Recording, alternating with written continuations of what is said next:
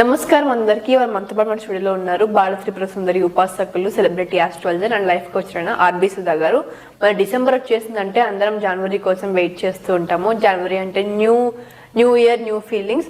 కాబట్టి ఈ జనవరి నెలలో ద్వాదశ రాశుల వారికి ఎలా ఉంది, ద్వాదశ రాశులు తెలుసుకునే ముందు అసలు గ్రహస్థితులు ఎలా ఉన్నాయో మనం మేడం గారికి తెలుసుకుందాం. పదండి మేడం. మనం ఆల్మోస్ట్ ఇయర్ ఎండింగ్ వచ్చేసాము అంటే జనవరి, అందరూ న్యూ ఇయర్ ఫలితాలు అంటే ఫస్ట్ జనవరితోనే స్టార్ట్ చేస్తాం కాబట్టి జనవరి గురించి అందరూ చాలా ఎక్సైటెడ్ గా ఉన్నారు. ముందుగా రాశిఫలాలకి వెళ్లే ముందు అసలు జనవరిలో ఏ ప్లానెట్స్ ఎలాంటి పొజిషన్స్ లో ఉన్నాయో ఒకసారి వివరించండి. నువ్వు గోచారం అడుగుతున్నావు, కరెక్టే. మనం ఎప్పుడు రాశి ఫలితాలు మాట్లాడుకున్నా గోచారం మాట్లాడుకుంటాము. ఫస్ట్ ఎప్పటికైనా ఏంటంటే మనం మేజర్ ప్లానెట్స్ గురించి మాట్లాడుకుంటాము. రాహుతో మొదలెడుతున్నాను నేను. సో రాహు ఏమో మీనంలో ఉన్నారు, కేతు ఏమో మనకి కన్యలో ఉన్నారు. అలాగే ఏంటంటే అన్నిటికన్నా బెనిఫిట్ గ్రహం మనకి గురు గ్రహం. గురు ఏమో మనకి వృషభంలో ఉన్నారు, కానీ రిట్రోగ్రేడ్ అంటే ఏంటి, వక్రించి ఉన్నారు అన్నమాట. అలాగే ఏంటంటే శని మనకి కుంభంలో ఉన్నారు, కానీ మంచిది ఏంటంటే ఆయన డైరెక్ట్ గా వచ్చేస్తారు, అంటే డైరెక్ట్ మోషన్ లో ఉన్నారనమాట. అలాగే మనం చూసాము అంటే నెక్స్ట్ శుక్రుడిని చూసుకోవాలి. శుక్రుడేమో మనకి శనితో పాటు కుంభంలోనే ఉన్నారు. Towards end of this month జనవరి 2025 కి ఆయన మీనానికి వెళ్తున్నారు అనమాట. అలాగే ఏంటంటే మనం మార్స్ గురించి మనం చాలా ఎపిసోడ్స్ కూడా చేసాము. మార్స్ ఏంటంటే మన కుజుడు ఏంటంటే ముందుకి వెనక్కి వెళ్తున్నారు. అది జూన్ వరకు అలాగా స్తంభించిపోయి ఉన్నారు అనమాట. కొంచెం ప్రస్తుతం స్తంభన అంటే ఏంటంటే నీచ స్థితిలో మనకి కర్కాటకంలో ఉన్నారు. అలాగే ఏంటంటే రిట్రోగ్రేడ్ లో ఉన్నారు అనమాట. అదే ఈ మంత్ ఎండ్ కి 21st జాన్ కి ఆయన మిథునానికి వెళ్తున్నారు అనమాట. అలాగే ఇంకో గ్రహం మనం చూసుకోవాల్సింది, ఎప్పటికైనా మనం మాట్లాడుకుంటాం కమర్షియల్ గ్రహం. అలాగే బుద్ధికి, ఇంటలెక్ట్ కి కూడా ఆయన్నే మనం చూస్తూ ఉంటాం జాతకంలో. బుధ గ్రహం మనకి 4th జనవరికి ఇప్పుడు ప్రస్తుతం అయితే వృచ్చికంలో ఉన్నారు. 4th జనవరికి ఏంటంటే ధనుస్కి వెళ్తున్నారు అనమాట. అలాగే towards end of this month ఆయన మకరానికి కూడా వెళ్తున్నారు అనమాట. సో నెక్స్ట్ మనకి మోస్ట్ ఇంపార్టెంట్ మేజర్ ఎప్పుడు మనం మాట్లాడుకుంటాం సూర్యగ్రహం. చంద్రుడు అందరికీ తెలుసు 2 రోజులకు ఒకసారి మారుతూనే ఉంటారు. సూర్యగ్రహం మనకి తెలుసు, ఆయనకి సంక్రమణ జరగబోతోంది. అంటే ఏంటి, జనవరి 14th. దాన్నే ఏంటంటాం మనం, ఎక్కడి నుంచి ధనుస్ నుంచి మకరానికి వెళ్తున్నారు ఆయన. సో దాన్ని మకర సంక్రాంతి కింద మనం చేసుకుంటూ ఉంటాము. అందరికీ తెలుసు జనవరిలో సంక్రాంతి వస్తుందని తెలుసు. అది ఎప్పుడు జరుగుతోంది, 14th జనవరికి జరుగుతోంది అనమాట. సో ఇవన్నిటిని పట్టే మనం ఈ గ్రహాల స్థితిని పట్టే ఈ నెల జనవరి 2025కి మనం అన్ని రాశి ఫలితాలు మాట్లాడుకోవాలన్నమాట. ఏంటంటే ఎప్పటికీ మనం చెప్పేది ఏంటంటే కొన్ని రాసుల వారికి చాలా బాగుంటుంది, కొన్ని రాసుల వారికి మిశ్రమ ఫలితాలు ఉంటాయి. ఏదైనా సరే వ్యక్తిగత జాతకం మీద ఆధారపడి ఉంటుంది. మనం జనరల్ గా మాట్లాడుకుంటున్నాం అంటే రాశి ఫలితాలు అంటే ఏంటంటే ఎక్కడ చంద్రుడు ఉన్నాడో దాన్ని రాశి అంటాం అనమాట. సో వాళ్ళ జాతక రీత్యా మిగతా ప్లానెట్స్ చూసుకున్న తర్వాత మనం ఒక రెమిడియల్ మెషర్స్ కానీ, లేకపోతే ఒక జాతిరత్నం కానీ, లేకపోతే ఏంటంటే వాళ్ళు పర్టికులర్గా ఏ గ్రహం చేసుకుంటే వాళ్ళకి ఉన్నత స్థాయికి వస్తారు అనేది చెప్పడం అనేది జరుగుతుంది. కానీ ఇక్కడ ఏంటంటే మనం ఉత్తి రాశి ఫలితాలే మాట్లాడుకోగలం, ఎందుకంటే అవే జనరల్. అందరి జాతకాలు తీసి మనం పరిశీలించుకోలేము కనుక రాశి ఫలితాలు మాట్లాడుకుంటున్నాం అన్నమాట.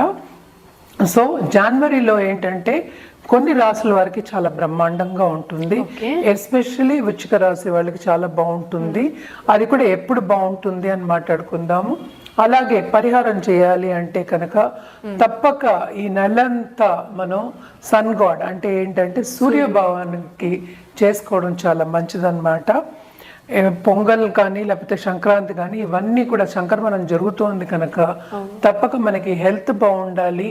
అలాగే ఏంటంటే ఉన్నత వ్యక్తులతో పరిచయం ఏర్పడాలి.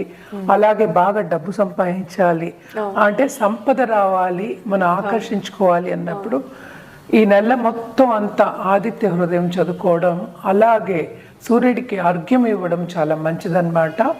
ఇవన్నీ చేసుకుంటూను ఒక్కొక్క రాసుల వారికిను పరిహారాలు మళ్ళీ వినిగా మాట్లాడుకుందాం. మేడం, మరి మిథున రాశి వారికి ఈ 2025లో జనవరిలో ఎలా ఉండబోతుందో ఒకసారి వివరించండి. తప్పక. మిథున రాశి వాళ్ళకి కూడా ఏంటంటే మిశ్రమ ఫలితాలే చెప్పుకోవాలి. కానీ ఏంటంటే ఈ రాశికి అధిపతి బుధుడు అయ్యాడు. ఆయన ఫస్ట్ వీక్ లోనే మూవ్ అవుతున్నాడు అనమాట ధనుసుకి. మూవ్ అయిన తర్వాత చాలా చాలా బాగుంటుంది. ఎందుకంటే ఆ రాశిని చూస్తున్నాడు కనుక తప్పక బిజినెస్ డెవలప్మెంట్ అనేది అవుతుంది. అలాగే పార్ట్నర్షిప్ బిజినెస్ లో ఉన్న వాళ్ళందరూ విస్తరిస్తారు. అండ్ ఆల్సో కొత్త బిజినెస్ పెట్టాలి అనే ఐడియాస్ అన్నీ వస్తాయి వాళ్ళకి. అది మోస్ట్ ఇంపార్టెంట్ కదా. అదొకటి కాకుండా ఏంటంటే మనకి 11th లార్డ్ మనకి కుజుడయ్యాడు. కుజుడేమో ఏంటి మనకి నీచపడి ఉన్నాడు. సో ఐడియాస్ అనేవి వస్తాయి, పెడతారు అంటలేదు అందుకనే. సో అది ఆయన మనీ మిథునానికి ఏంటంటే towards end of this month move అవుతున్నారు. సో తప్పక చాలా బాగుంటుంది ఆ టైంలో. అండ్ ఫస్ట్ ఏంటంటే ఇప్పుడు 3rd లార్డ్ ఏమో సన్ కదా, మనకి సన్ ఏమో 7th లో ఉన్నాడు. సో 15th 14th వరకు ఇక్కడే ఉంటున్నారు. సంక్రమణం ఇంకా జరగలే, మకరానికి ఇంకా వెళ్ళలేదు కనుక first half of this month కష్టజీవి, కష్టపడాలి. సో శ్రమ పడాలి. శ్రమ అనేది చాలా అధికం అని చెప్పాలన్నమాట. అండ్ ఆల్సో ఏంటంటే మనకి 12th లో ఆడేమో మనకి భాగ్యంలో పడున్నాడు. అంటే ఏంటి, శనితో పాటు కుంభంలో ఉన్నారు. సో ఆయన కలిసి ఉన్నారు కనుక తప్పక ఏంటంటే శ్రమ ఒకటి, ఖర్చు అనేది అధికం. సడన్ గా డబ్బు వచ్చే సూచనలు కనిపిస్తున్నాయి, సడన్ గా డబ్బు పోయే సూచనలు కనిపిస్తున్నాయి. వీళ్ళకి సూచన ఏంటంటే ఎవరి దగ్గర లోన్స్ తీసుకోవద్దు, ఎక్కువ ఈ మంత్ తిరిగి ఇవ్వడం కష్టం అవుతుంది. అలాగే లోన్స్ ఇచ్చినా కూడాను తిరిగి రావడం కొంచెం కష్టం అవుతుంది. డబ్బు దగ్గర కొంచెం జాగ్రత్తగా ఉండాలి అనేది వీళ్ళకి సూచన. అదొక్కటి కాకుండా ఇక్కడ ఇంకో మైనస్ పాయింట్ ఏంటంటే మనకి 10th లార్డ్ ఏమో 12th లో పడున్నారు. అంటే ఇటు జూపిటర్ 12th లో పడి ఉంటే ఖర్చు అనేది విపరీతంగా ఉంటుందన్నమాట. అదొకటి కాకుండా వీళ్ళు శుభ ఖర్చులే చేస్తారు, కానీ పెళ్లికి ఖర్చు పెట్టడం అంటే ఏంటంటే దాంపత్య జీవితం కూడా బాగుంటుంది వీళ్ళకి. అంటే కొత్తగా పెళ్లి కావాలి అన్న వాళ్ళు, పార్ట్నర్ కావాలన్న వాళ్ళకి కూడా మంచి సూచనలు కనిపిస్తున్నాయి కనుక శుభకార్యాలకి ఎక్కువ ఖర్చు పెడతారు అనేది వెరీ ఇంపార్టెంట్. అదొకటి కాకుండా మనం ఎడ్యుకేషన్ రంగంలో ఉన్న వాళ్ళు కానీ, పిల్లల ఎడ్యుకేషన్ గురించి కానీ, వాళ్ళకి ట్యూషన్లు చెప్పడం కానీ, లేకపోతే ఇంకా ఉన్నత స్థాయికి రావాలని వాళ్ళు తాపత్రయపడి ఖర్చు పెట్టడం కానీ జరుగుతుంది. అవన్నీ దూబరా ఖర్చుల కింద రావు కదా, శుభ ఖర్చుల కింద వస్తాయి. సో ఇవన్నీ ఉంటాయి అన్నమాట. కానీ second half of this month మాత్రం వీళ్ళకి చాలా బాగుంటుందనే చెప్పుకోవాలన్నమాట. అండ్ బికాస్ సన్ మూమెంట్ అయిన తర్వాత ఇంకా బాగుంటుంది. కానీ ఈ మంత్ అంతా మనకి వీనస్ శని ఇక్కడే ఉంటున్నారు. వాళ్ళేమో మళ్ళీ వీనస్ ఏమో 10th హౌస్కి రాహుతో పాటు వెళ్ళినప్పుడు కొంతవరకు ఏంటంటే ప్రయాణాలు ఎక్కువ అవుతాయి, ప్రయాణాల్లో శ్రమ పడడం అనేది జరుగుతుందన్నమాట. అలాగే ఏంటంటే ఈ నెలంతా వీళ్ళు కొంతవరకు ఎంజాయ్ చేస్తారు, బంధుమిత్రులతో కలయిక ఉంటుంది. అలాగే నేను చెప్పినట్టు ఖరీదైన వస్తువులు ఇచ్చి పుచ్చుకోవడం అనేది జరుగుతుందన్నమాట. ఎడ్యుకేషన్ రంగంలో ఉన్న వాళ్ళందరికీ చాలా బాగుంటుంది, ఎందుకంటే వాళ్ళకి ఇంకా రాబడి అనేది ఎక్కువ వస్తుందన్నమాట. బాగుంటుందని చెప్పుకోవాలి. దాంపత్య జీవితంలోనే ఇందాక చెప్పినట్టు అనుకూల పరిస్థితి అనేది కొంచెం నెలకొంటుంది. Towards end of this month అంటే లాస్ట్ వీక్ ఆఫ్ దిస్ అంత బాగుండదు, కొంచెం జాగ్రత్తగా ఉండాలి అనేది సూచన అన్నమాట.